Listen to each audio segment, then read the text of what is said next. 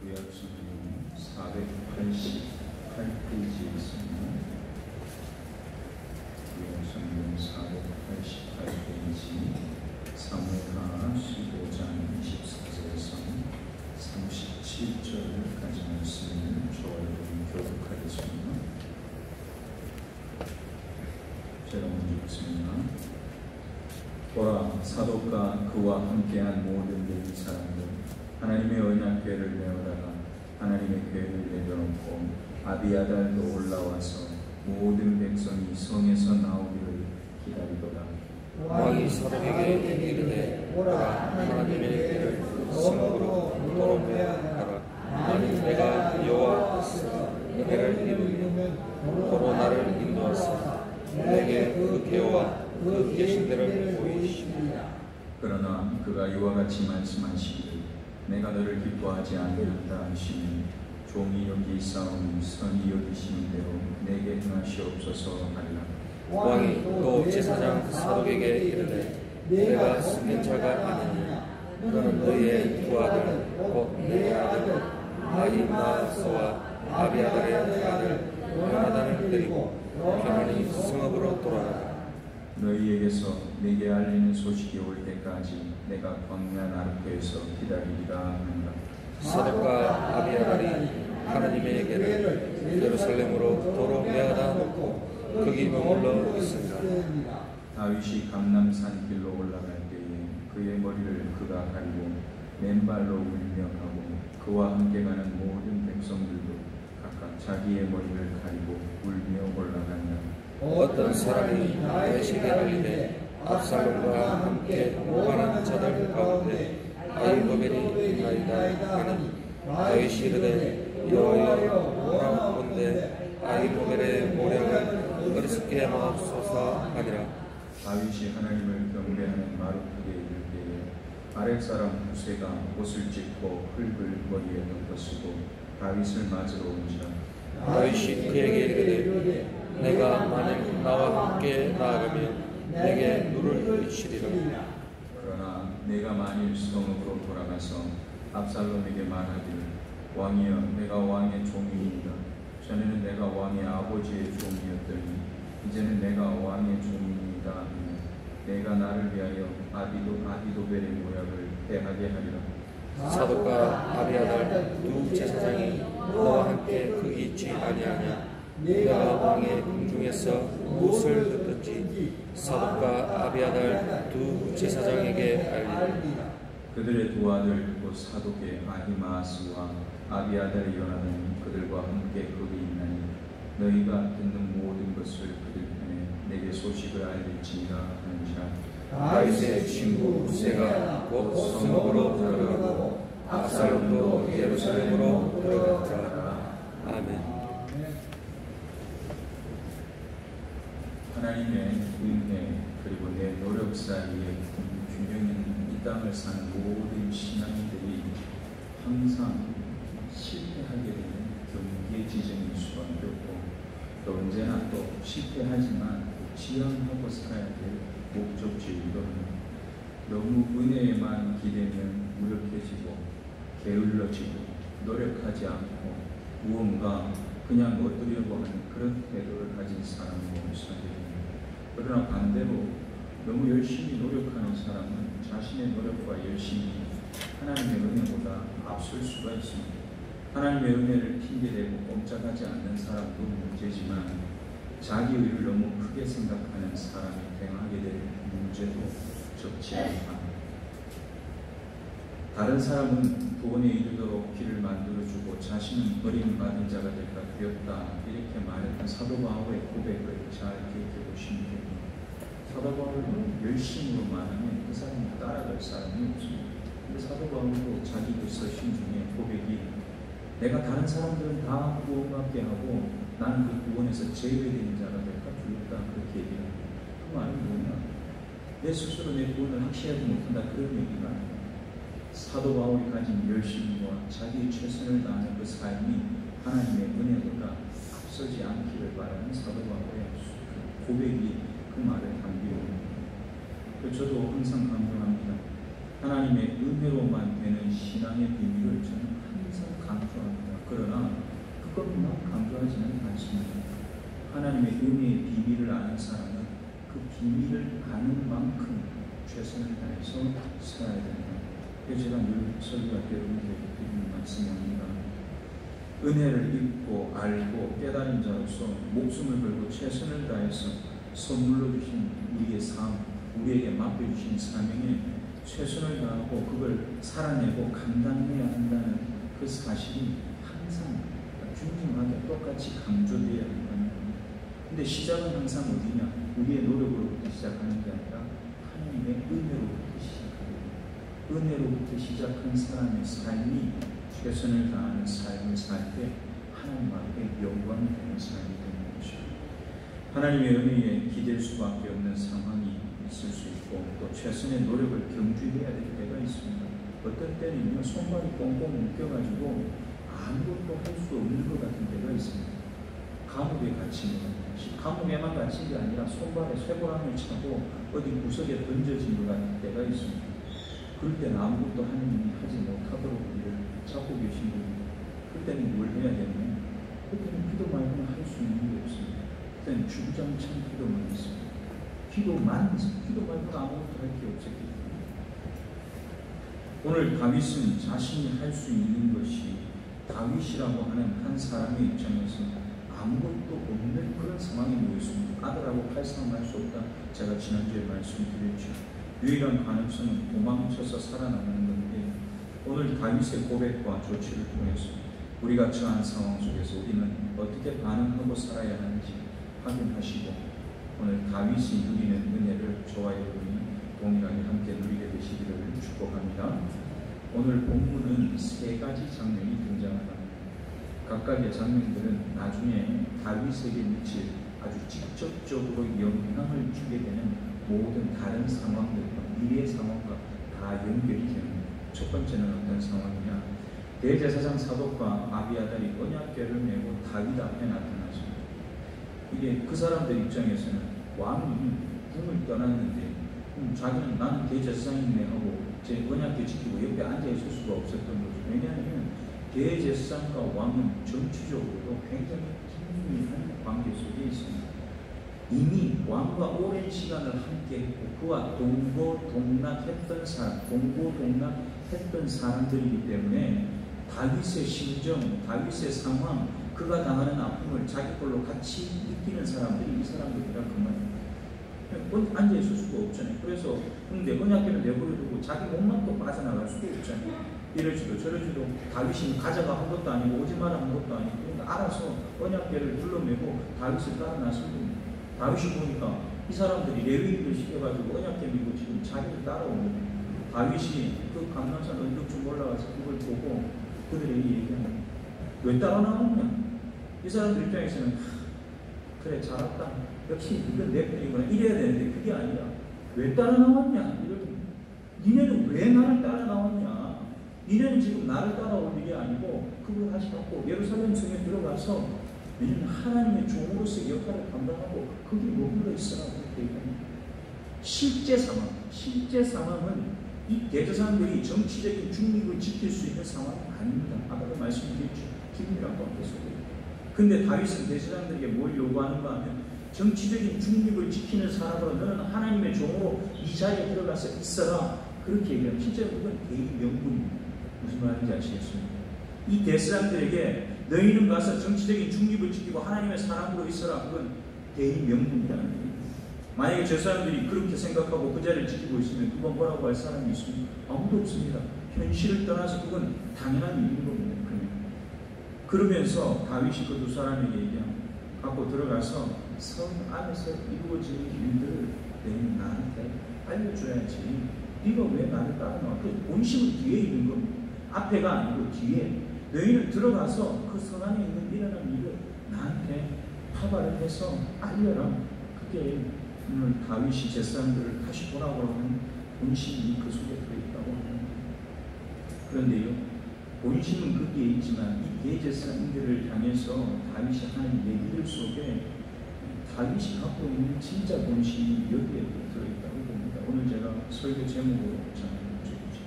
25절, 26절 두 절을 같이 읽겠습니다. 25절과 26절 두 절. 합니다. 왕이 사독에게 이르되 보라 하나님의 궤를 성으로 도로 메어가라. 만일 내가 여호와 앞에서 은혜를 입으면 도로 나를 인도하사 내게 그 궤와 그 계신대를 보이시리라. 그러나 그가 이와 같이 말씀하시기를 내가 너를 기뻐하지 아니한다 하시면 종이 여기 있사오니 선이 여기시는 대로 내게 행하시옵소서 하리라. 아멘. 여러분, 다윗이 갖고 있는 마음의 기본 태도와 자세, 하나님께서 무엇을 결정하셨느냐. 원래 다윗은 이랬던 사람이거든요. 근데 한동안 그걸 잊어버리고 살았어요. 자기가 최고의 자리에 오르고 나니까 더 이상 물을 것도 물어야 될 사람도 자기한테 덤비는 사람도 아무것도 없는 상황이 되니까 다윗도 하나님 앞에 묻는 걸 잊어버리고 살았습니다. 근데 이 엄청난 수치스럽고 부끄러운 대사건 앞에서 다윗이 원래 다윗의 모습으로 돌아가고 있는 겁니다. 오늘 다윗이 한 고백 속에서 이걸 볼 수 있습니다. 하나님께서 나를 받아주셔도 혹은 나를 받아주시지 않아도 그게 하나님의 결정이라면 그게 나를 향한 하나님의 최선의 결정이라고 나도 인정하고 받아들이겠다는 거예요. 하나님이 내게 은혜를 베푸셔서 또 다른 길을 열어주시면 내가 기쁘게 그걸로 가겠지만, 만약 하나님께 나를 보시고 나를 기뻐하지 않으신다고 말씀하시고 너 됐다 이만하면 끝이다 라고 하신다면 그것도 하나님의 인정이고 하나님의 결정으로 내가 받아들이겠다. 이게 다윗의 고백이에요. 여러분, 오늘 다윗의 고백이 저와 여러분의 고백으로 하나님 앞에 올려지기를 축복합니다. 여러분, 다윗은 다시 하나님을 전적으로 의지하고 하나님의 손에 맡겨지는 존재가 지금 이미 됐습니다. 이미 돼버렸어요. 저는 오늘 우리 인생에 일어날 수 있는 최고의 기적이 오늘 다윗이 지금 경험하는 하나님의 은혜라고 생각합니다. 여러분, 이런 기적이 저와 여러분에게 반드시 일어나야 됩니다. 이 기적을 내 것으로 놓치지 않고 사는 사람이 될 때에만 우리가 진짜 예수 믿는 사람의 편기를 내딛고 살 수가 있는 겁니다. 여러분, 하나님 손 안에서 아름답게 만들어지는 저와 여러분이 되시기를 축복합니다. 분명히 다윗은 하나님의 은혜를 기대합니다. 기대하지 않는 게 아닙니다. 하나님이 내게 주신 은혜를 다윗은 간절히 기대합니다. 그런데 그 은혜를 기대하는데 넉넉히 앉아서 가끔 이런 얘기를 하시는 분들, 이제 앞에 뭔 해야 될 일들이 있습니다. 제가 이제 다른 사역을 할 때 일을 할 게 분명히 있게 머리를 맞대고 고민도 하고 뭘 준비를 해야 되는데, 이분은 뭐 하려고 얘기만 하면 뭐라고 하면 하나님 다 알아서 하실 거니까 됐습니다. 미치겠어요. 서울에 경상도 사람들이 많이 삽니다. 제가 정말 경상도 말인데 그분이 경상도 사람. 뭐 얘기만 하면 그러시는 거예요. 그분이. 제가 얼마나 마음이 답답한지. 물론 알죠. 하나님의 은혜로 되는 거, 하나님 은혜 안 베푸신 데가 어디 있습니까? 근데 하나님 은혜로 된다고 해서 하나님 은혜로 하실 겁니다. 난 아무것도 안 하고 옆에 그냥 가만히 있으면 됩니까? 준비해야 될 건 준비하고 기도해야 될 일 기도하고 내가 움직여야 될 거 아니에요. 너무 속이 답답한데 나중에 보니까 이제 인원이 또 바뀌어가지고 나중에 그분들끼리 또 알아서 잘 하고 계시더라고요. 어쨌든 간에 제가 하고 싶은 얘기 뭐냐, 하나님의 은혜로 된다고 하는 건 하나님 알아서 하실 거니까 괜찮습니다. 이게 아닌 겁니다. 그게 아니라 하나님의 은혜로 하실 건데 그 은혜가 누구를 통해서 드러나야 되냐? 나를 통해서 드러나야 되는 겁니다. 내가 최선을 다했는데 거기에 은혜를 주셔서 그 최선이 되도록 하시는 분이 하나님이시다. 아무것도 안 하고 엎어져 있는데 하나님이 그냥 막 갖다 주시는 분, 그런 건 아니십니다. 일확천금을 기대하지 마십시오. 하나님에게서는 우리에게 그런 거 절대로 떨어지지 않습니다. 우리 인생에 그건 딱 한 번밖에 없습니다. 뭐 할 때요?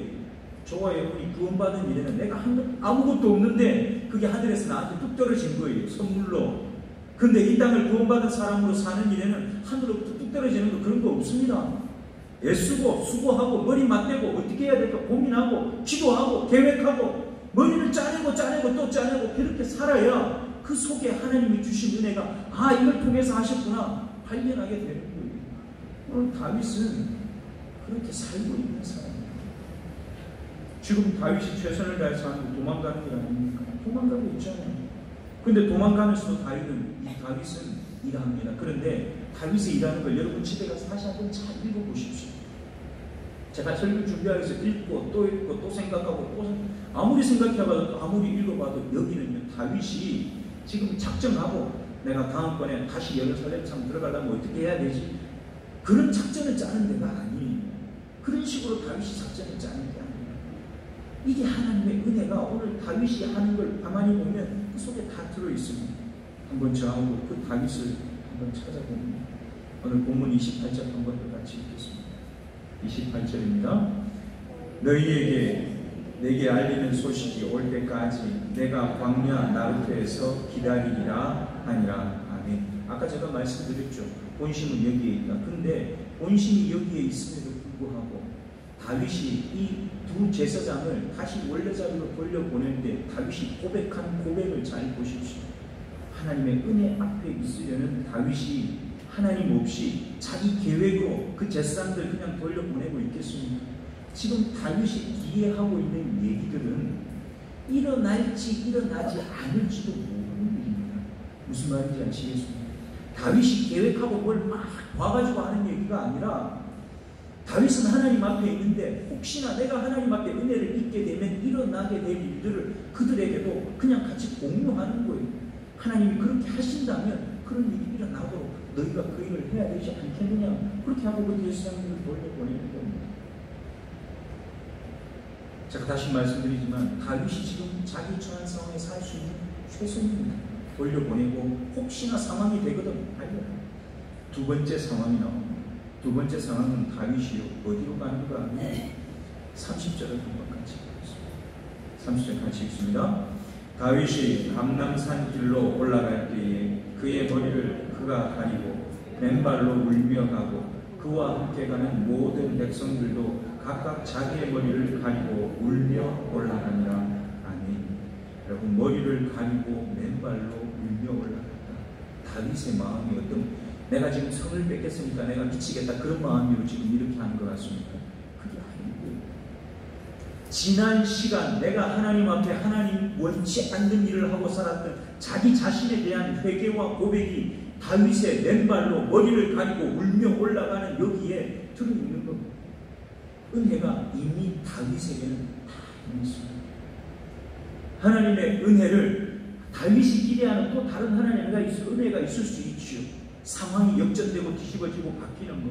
그런데 다윗은 그 은혜를 경험하기 이전에, 여러분, 그런 은혜는 지금 내가 그 은혜를 받을 아무런 준비도 안 됐는데 하나님이 그 은혜를 나한테 그냥 확 부어주시냐? 절대로 부어주시지 않습니다. 절대로 부어주시지 않습니다. 준비가 돼야지 부어주시지. 다윗은 이 감람산을 올라가면서 울고 하나님 앞에서, 하나님, 내가 잘못했습니다. 내가 죄인입니다. 내가 어떻게 하면 하나님의 은혜를, 나와 함께 하시는 하나님을 내가 다시 그 하나님을 모시고 내가 이 땅을 살 수 있겠습니까? 그 마음으로 지금 올라가는 거예요. 다윗이 지금 그렇게 올라가는 것하고 이 감람산하고 너무 잘 어울립니다. 왜냐하면 감람이라고 하는 단어가요, 영어로는 올리브라고 하는 단어입니다. 올리브, 여러분 올리브 집에서 많이 쓰시죠? 다 쓰시잖아요. 올리브 오일. 그게 올리브가요 엄청난 거예요. 성경에서 나오는 올리브는 여러 가지 의미를 가지는데 이 성경 속의 올리브는 굉장히 흔한 식물입니다. 그냥 그 올리브를 가지고 모든 이스라엘 사람들, 중동지역 사람들은 기름 만들어서 먹어요. 근데 귀한 식물입니다. 그러나 흔하지만 귀한 식물. 성경에서는 이게 신이 평화를 상징하는 식물로 나타나기도 합니다. 노아의 방주 이야기 속에서는 이 올리브, 감람나무 잎을 그 비둘기들이 찍어 오는 것, 그걸 통해서 좋은 소식, 반가운 소식을 또 알리기도 합니다. 심판의 물이 물러가고 새로운 시대의 도래를 알리는 복음의 메신저 역할을 그 올리브 나무 잎이 했어요. 그래서 감람산은 기도의 동산으로 등장합니다.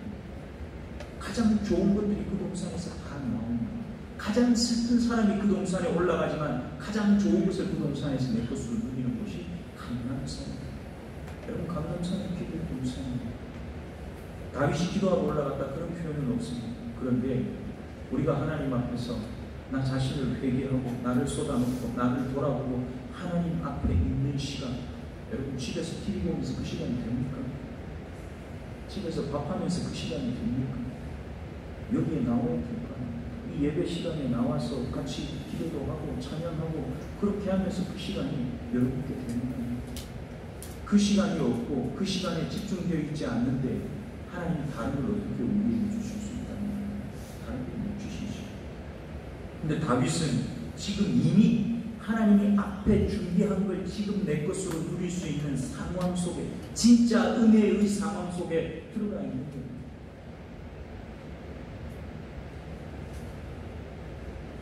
그때 다윗에게 한 가지 첩보가 등장합니다. 어떤 첩보가 도착했습니까? 본문에 보니까 31절에 보니까 어떤 사람이 다윗에게 와서 다윗의 모사 아히도벨이 압살롬 편에 속했습니다 하고 알려줍니다. 우리가 지난 시간에 아히도벨에 대해서 별로 그렇게 많이 얘기를 하지는 않았는데 아히도벨은 실제로는 대단한 사람입니다. 너무 잘 보세요. 압살롬이 자기 혼자 머리 짜내가지고 그 엄청난 계획들을 다 했겠습니까? 물론 자기 형님들 죽일 때 생각해보면 그러고도 남은 인간이긴 합니다만 이 압살롬이 아히도벨과도 이런 형님들 죽인 거하고도 다른 차원이잖아요. 원수 형님들이 아니죠. 자기 형님 암론 죽이는 거하고는 다른 상황이거든요. 나라를 자기가 꿀꺽 삼키는 상황인데 자기 혼자 머리는 안 되는 겁니다. 아히도벨의 머리를 빌리는데 피가 한 방울이라도 어디 흘린 데가 있습니까? 없습니까? 피 한 방울 흘린 데가 없습니다. 싸움 칼군이 한 데가 하나도 없어요. 아무것도 하지 않고 칼 한 번 뽑지도 않고 그냥 예루살렘 성을 통째로 다 먹는 거예요. 엄청난 책략감이죠. 근데 이때까지만 엄청난 책략감. 아히도벨이 한 그 책략이 대단하고 엄청난 일로 이 압살롬에게 보였기 때문에 이제 나중에 하나님께서 다시 상황을 역전시키실 때에 이 아히도벨의 책략이 올무가 됩니다. 그래서 압살롬이 그것 때문에 다시 아버지한테 다시 죽게 되는 거죠. 그 아버지의 손에 죽는 건 아니지만 다시 죽고 쫓겨나게 되는 일이 일어나게 되는 겁니다. 이 아히도벨의 얘기를 듣자마자 다윗이 기도를 합니다. 31절 뒷부분에 보니까 이렇게 기도를 했어요. 제가 읽겠습니다. 이렇게 되어 있죠. 31절 뒷부분. 다윗이 이르되 여호와여 원하옵건대 아히도벨의 모략을 어리석게 하옵소서 하니라. 아멘. 여러분 다윗이 이거 바로 기도해야 되는 상황이었습니다. 왜냐하면 진짜 대단한 사람이었기 때문에. 그런데 오늘 이 다윗의 짧은 기도를 누가 들으셨냐? 하나님이 들으십니다. 다윗으로 하여금 기도하게 하시는 분도 하나님, 처참한 상황에 들어가게 하시는 분도 하나님이시고 그 하나님이 다윗의 기도를 통해서 또 인도하시는 거예요. 저는 좋아요. 오늘 다윗이 하나님의 은혜 가운데 있는 그 은혜를 우리가 똑같이 누리게 되기를 축복합니다. 오늘 이제 마지막 세 번째 상황, 다윗이 만나는 세 번째 상황은 후세라고 하는 아렉 사람을 만나게 됩니다. 이 아렉 사람 후세를 만나게 되는데 이 아렉이라고 하는 동네는 어디 있는 동네냐면 여호수아서 16장 2절에 보면 그 베냐민 지파가 땅을 차지하는 그 설명을 할 때에 베냐민 지파 땅 중에 하나로 아렉 족속이 등장을 합니다. 그래서 이 아렉은 베냐민 지파 사람이다 그렇게 알 수가 있고 또 한 가지는 16장 오늘 우리가 읽었던 또 16장에 들어가 보면 이 후세를 향해서 압살롬이 다윗의 친구라고 얘기합니다. 이런 이 친구를 이런 식으로 대접하면 그렇게 얘기하는 장면이 나옵니다. 그래서 다윗의 친구였구나. 근데 진짜 뭐 서로 이렇게 막 개인적인 친분이 있는 친구, 그런 친구로서 친구를 얘기하는 게 아니라 여기 오늘 우리가 읽었던 본문도 잘 읽어보면 이 후세라고 하는 사람이 아마 아히도벨과 같은 그런 책사의 일을 감당하는 사람이라는 걸 압니다. 책사를 한 사람만 도와주면 되겠습니까? 여러 사람이 있을 텐데 그 중에 한 사람이 또 이 후세였다 그렇게 우리가 볼 수가 있습니다. 이 후세가요 다윗을 만나러 나오는데 옷을 찢고 흙을 머리에 뒤집어 쓰고 울면서 다윗 앞에 와서 무릎을 꿇습니다. 이게 무슨 일입니까? 왕이시여 내가 왕과 함께 가겠습니다 라고 충성을 표시하는 거죠. 근데 실제로 도망가는 왕한테 충성 표시하는 어리석은 사람 아닙니까? 바보지요. 근데 이렇게 할 수 있는 건 그가 친구로 불리는 만큼 다윗 옆에서 목숨을 걸고 함께 나라를 세우는 일에 헌신했던 사람. 자기에 대한 욕심으로 다윗 옆에 붙어 있었던 것이 아니라 그 다윗 왕을 섬기는 하나님을 본인도 함께 그리고 그 하나님의 사랑을 받는 다윗을 자기도 함께 사랑하는 사람으로 함께 있었던 사람들이라는 걸 알 수 있는 때문입니다. 나중에 다 보십시오. 이런 사람들이 다 하나님의 축복을 받습니다. 이 후세를 다윗이 돌려보내지. 네가 나하고 같이 가는 것은 나를 도와주는 게 아니라 나한테 누를 끼치는 거야. 나하고 지금 같이 올 필요 없다는 거야. 그러면서 어디로 보내냐? 너 예루살렘 성으로 들어가. 왜냐하면 압살롬 옆에 지금 아히도벨이 있잖아요. 하나님께서 그 아히도벨의 생략을 폐하실 텐데 그 폐하는 방법이 어디서 나올 것입니까? 그럼 그냥 하늘에서 뭐가 뚝 떨어지고 머리가 백 돌아가지고 그럴 수도 있죠. 그러나 다윗은 자기가 할 수 있는 최선을 다해서 그 후세를 적진으로 돌려보내는 거예요. 너 거기 안에 들어가서 그 안에서 어떤 일이 일어나는지를 대제사장들하고 소통을 하고 만약에 일이 있거든 나한테 알려주는 일을 너 그 안에 들어가서 같이 나를 위해서 목숨을 걸고 적진에 들어가 달라 그에게 부탁을 합니다. 오늘 다윗은 자기 주변을 다 정리하고 하나님의 일하심을 기다립니다. 사랑하는 성교회 성도 여러분, 다윗이 어떻게 하나님 은혜를 기다리는지 잘 보셨습니까? 우리는 그러면 어떻게 은혜를 기다리고 있습니까? 이래야 될 겁니다. 우리 자신의 움직임은 최소화하고 어쩌면 가장 소극적인 자세, 적극적인 자세로 은혜를 기다린다면 다윗이만 무장하고 나가서는 그런 거 아니죠. 지금은 잠잠히 있어야 돼요. 지금은 회개하고 하나님 앞에 납작도 엎드려 있어야 돼요. 그러나 엎드려 있지만 할 수 있는 일들이 뭐가 있냐? 나를 찾아오는 사람들을 통해서 다윗이 찾아가서 하라고 얘기한 적이 없습니다. 누가 있습니까? 찾아온 사람들을 향해서 그 찾아온 사람에게 어떤 일을 하면 될지를 도와달라고 부탁해서 그걸 다시 돌려보는 겁니다. 최소한의 자기 역할을 한다는 겁니다. 여러분, 근데 이 소극적인 태도 가운데서도 다윗은 특정 부분마다 집중해야 될 일에 집중하는 다윗을 그리고 기도하는 일에도 마찬가지입니다. 짧은 기도였지만 다윗은 하나님에게 집중하는 모습을 우리에게 보여줍니다. 여러분, 하나님의 은혜에 의지한다는 말은 눈치만 열심히 살핀다거나 하나님 핑계대고 가만히 앉아있는 건 아니라고 제가 말씀드렸습니다. 하나님의 요구가 어디 있는지 예민하게 살피는 거예요. 하나님의 요구가 어디 있는지. 근데 하나님의 요구가 어디 있는지 예민하게 살피는데 말씀 없이 어떻게 하나님의 요구가 어디 있는지 예민하게 살필 수 있는지 저는 그걸 이해할 수가 없어요. 하나님 말씀 없이는 하나님의 뜻이 어디 있는지 우리는 절대로 찾아낼 수 없습니다. 하나님 말씀 안에서만, 하나님 말씀이 내 안에 들어올 때만 그 속에서 하나님의 뜻이 어디 있는지를 찾아낼 수 있다는 겁니다. 그렇게 하면 회개가 됩니다. 다윗은 회개하고 있잖아요. 말과 행동이 절제가 됩니다. 다윗은 절제하고 있잖아요. 말도 절제하고 행동도 절제하고 내가 할 수 있는 최소한의 행동으로 주겠지 않습니까? 하나님의 은혜는 그런 사람들을 위해서 준비되고 있다고 합니다. 그런데 사실 이렇게 반응하는 사람은 이미 하나님의 은혜 가운데 있는 사람입니다. 다윗은 하나님의 은혜를 기대하고 있지만 이미 다윗은 그 은혜 속에 들어가 있는 사람입니다. 다시 말하면 다윗은 이미 하나님의 은혜 가운데 걸어가고 있는 사람이라면 오늘 저와 여러분은 어떻습니까? 여러분 은혜 가운데 오늘 하루를 걸으셨습니까? 오늘 잘 기억하시면 좋겠습니다. 내가 하나님의 은혜 가운데 걷고 있다고 하는 것은 다윗처럼 하나님을 의지하고 모든 것을 내려놓을 때, 다윗 다 내려놨잖아요. 모든 것 내려놓을 때 내 속에서 회개가 터져나오고 기도에 집중할 수 있게 됩니다. 내려놨지. 자신도 모르지만 주변 상황을 미래에 맞추어서 하나님께서 정리하고 계시다는 겁니다. 바로 이 은혜 가운데 있는 사람이 상황을 역전시키시는 하나님의 은혜를 경험하게 됩니다. 오늘 3일 기도의 시간, 수요 기도의 시간, 하나님께서 오늘을 시작으로 또 3일의 시간을 저와 여러분에게 선물로 주십니다. 오늘 다윗은 하나님이 내게 은혜를 베푸시면 그렇게 얘기했지만 우리는 이미 그 은혜 안에 있는 사람들인 줄 믿습니다.